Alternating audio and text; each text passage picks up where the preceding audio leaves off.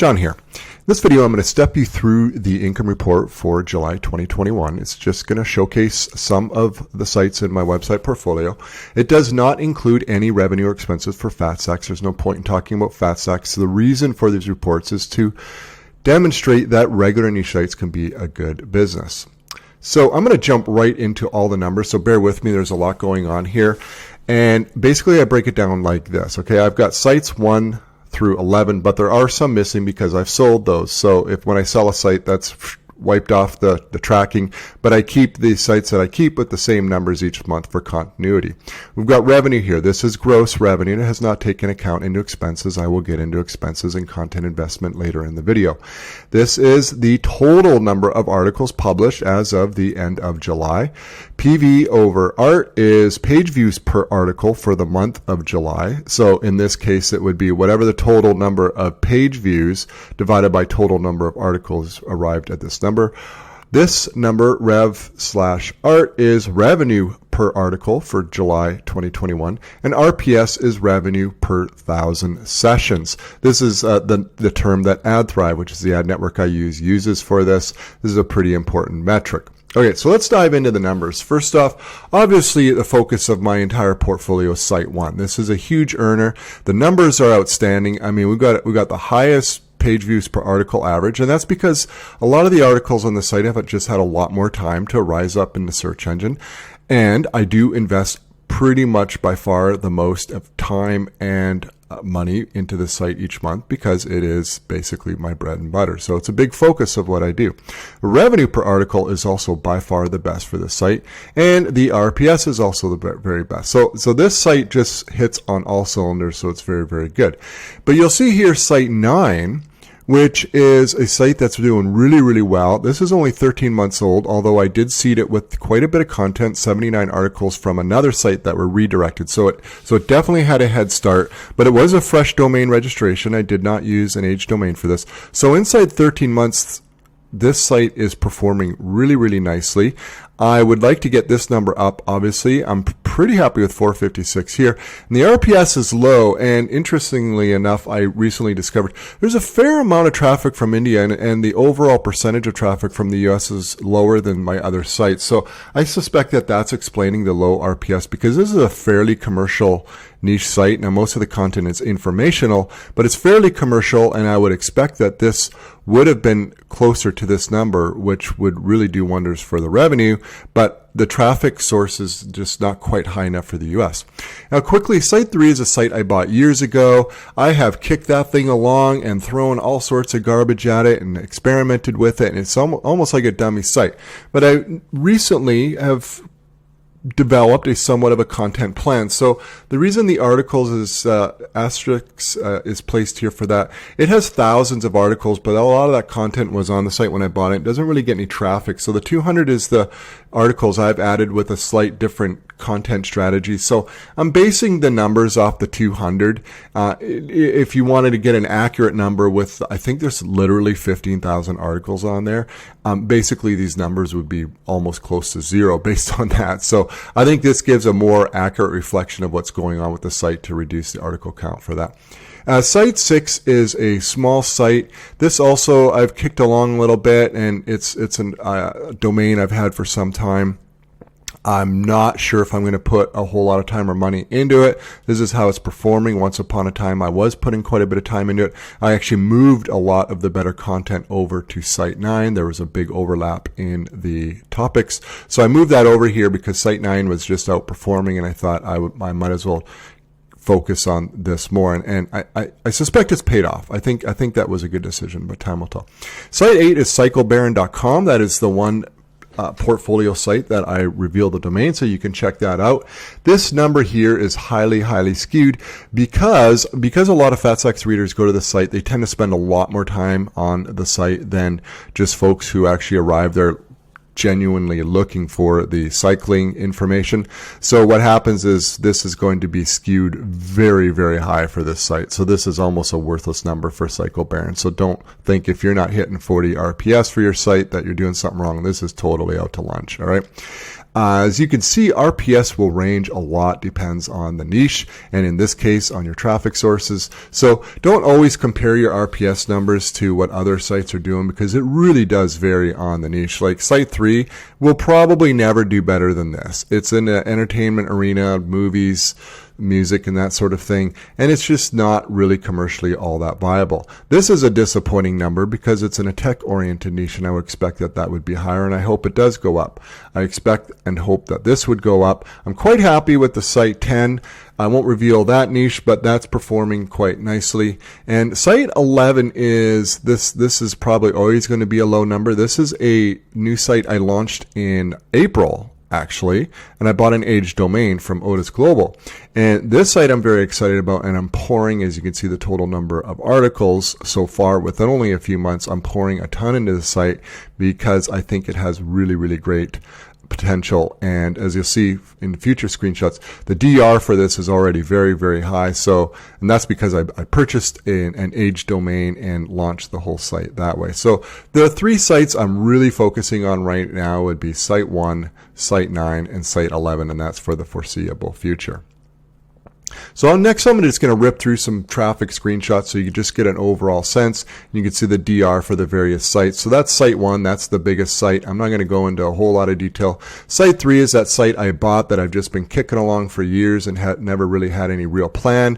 But it's actually doing well, and with my new plan, the traffic is slowly growing, so I'm pretty happy about that. But my revenue per 1,000 sessions or visitors is never going to be great, so it's hard to get too excited. Traffic 6 is an old tech site that I've had. This one is just really up and down. I kind of have a plan for it, but I don't really want to put a whole lot of time or money into it right now, but I'll kick it along.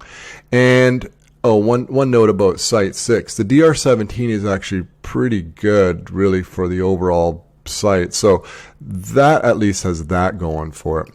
Psychobaron.com is Site 8. You can see this is just sort of getting kicked along up and down. You got to please keep in mind that a lot of this traffic are FatStacks readers. So the real number would probably be more this Google organic traffic, or people arriving to the actual articles that they're looking for. A lot of this traffic is FatStacks readers. Site 9 is the site I'm very, very excited about. As you can see, the traffic grew nicely through July. It was around the 5,000 mark. Now it's pushing up towards 6, and I can tell you in August it's already hit 7. So it's on a very nice trajectory. So I'm putting a lot into that site. And Site 10 this is a site that I'm working on with a friend, actually, and we've been kicking this along, and it's getting really good progress, actually. We're both very happy with it. We don't put a whole lot of time or money into it, so the results have been excellent with this, and so we'll just keep it going in the long term. This spike was a search based, I believe, around the July 4th holiday, so we had a nice spike of traffic. And, well, I was sure hoping that this would have stayed. That would have been nice, but it didn't, and it kind of reverted back to the regular levels. And lastly, Site 11 was the aged domain site I bought. So you can see the DR is already really high. I bought it, I believe I bought it around the 36 mark. I have poured a ton into this site, a lot of time, a lot of really good content. It's a site that's really gelling with the approach that I take with new sites, so I think this site has good promise. The only big downside with this site, but I knew it going in, is the revenue per 1,000 visitors is never going to be terrific. So I have to make up for that with a lot of traffic. Quickly, the lion's share of the revenue for all my portfolio sites would be AdThrive, and you can just see I just threw in 6 of the 7 screenshots here just so you know that the numbers, I actually do earn these numbers, and you can see there's really one site is the lion's share of that. And I also do a little bit of affiliate marketing, but it's a minuscule percentage. I mean, these are my best affiliate merchants, which is Amazon here. And you can just see it's a very small amount, and same with Skimlinks. Now, I'm working a little bit to improve these numbers, and I hope they improve, but I never expect them to perform anywhere close to what AdThrive does. AdThrive is the focus, and it does really well for me.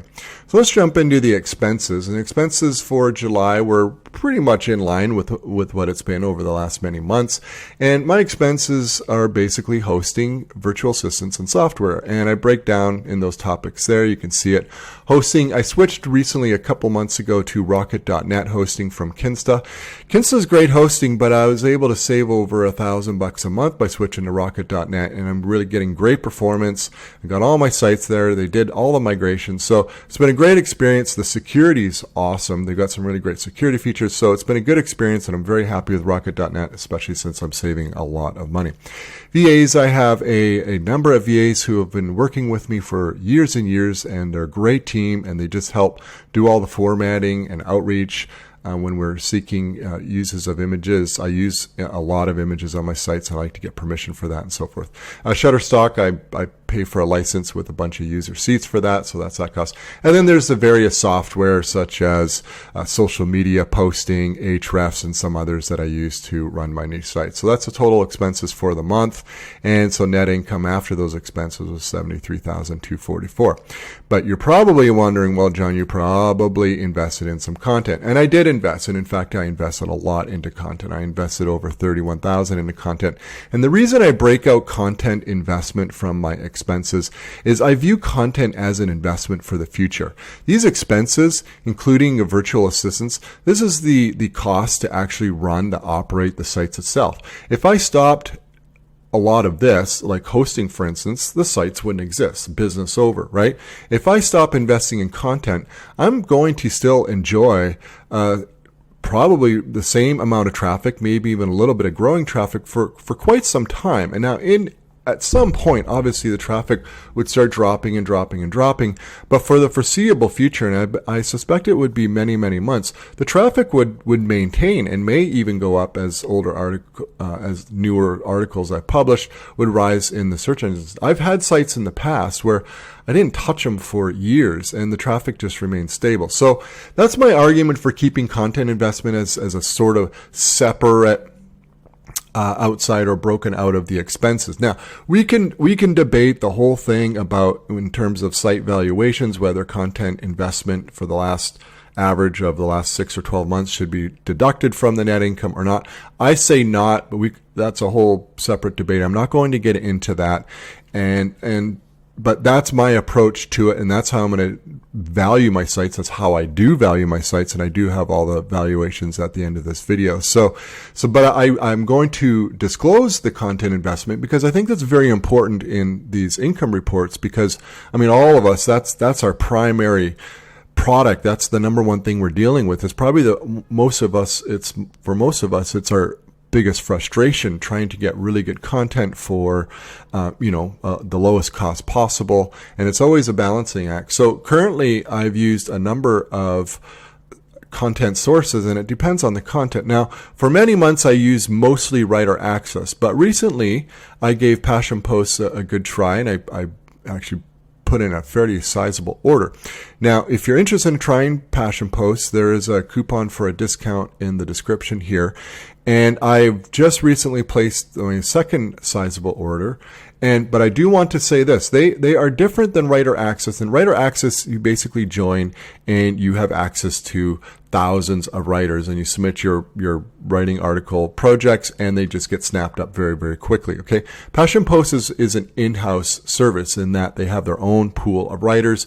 When you order content, they are going to sign it to their own writers. And so it's not as self-directed. You're going to have a manager on your account who's sort of coordinating everything. So it's a very different model. But what that means is you can expect your content back from Writer Access very, very quickly. You could submit 100 articles with Writer Access and have them all back inside 7 to 10 days for the most part.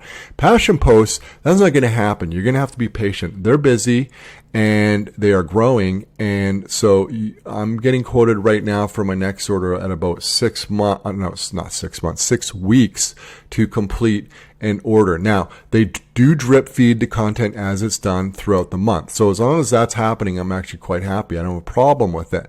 But you need to have realistic expectations. You can't go submit 20 articles and expect that they're going to turn them around in 1 week. You'd be very, very disappointed. So you need to keep that in mind. So this is why I continue to use both, because there are some articles that I need to have back in 5 or 7 days. And for those, I use Writer Access. And then for my more important content, I'm using with Passion passion posts. Their quality is outstanding. They really do a really nice job. So that's a big reason I switched over there. You can see another entry as in-house writers. I have a few on staff.